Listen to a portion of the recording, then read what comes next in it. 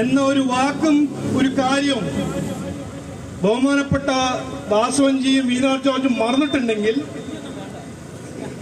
അവർക്ക് ഉപദേശം അത് പഠിക്കാനും കഴിഞ്ഞ 9 കൊല്ലം മുമ്പേ നമ്മുടെ ബഹുമാനപ്പെട്ട മുഖ്യമന്ത്രി പ്രതിപക്ഷത്തിനാമത്തെ സമയത്ത് കുറെ ഉപദേശം കൊടുത്തിരുന്നു അന്നത്തെ സർക്കാരിന്.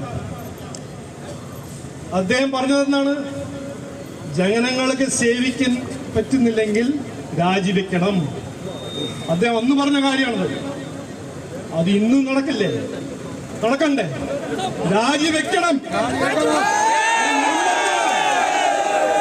ഈ അന്വേഷണം കഴിയണവരെ ഈ 2 മന്ത്രിമാരും രാജിവെക്കണം.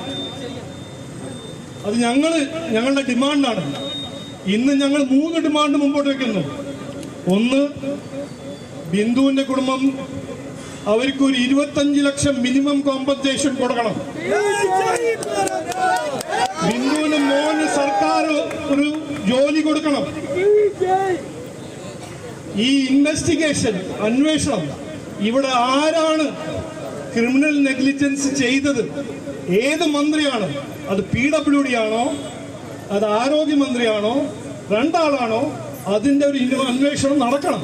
അത് ഞങ്ങളുടെ 2ാമത്തെ ഡിമാൻഡ്. 3ാമത്തെ ഡിമാൻഡ്,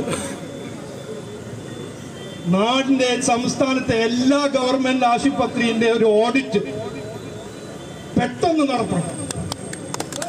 അത് സർക്കാർ ചെയ്തില്ലെങ്കിൽ BJP NDAന്റെ ഒരു ടീം എല്ലാ ജില്ലയിലും ജില്ലാ ആശുപത്രിന്റെ ഓഡിറ്റ് ഞങ്ങൾ നടത്തി അതിന് പബ്ലിഷ് ചെയ്യും.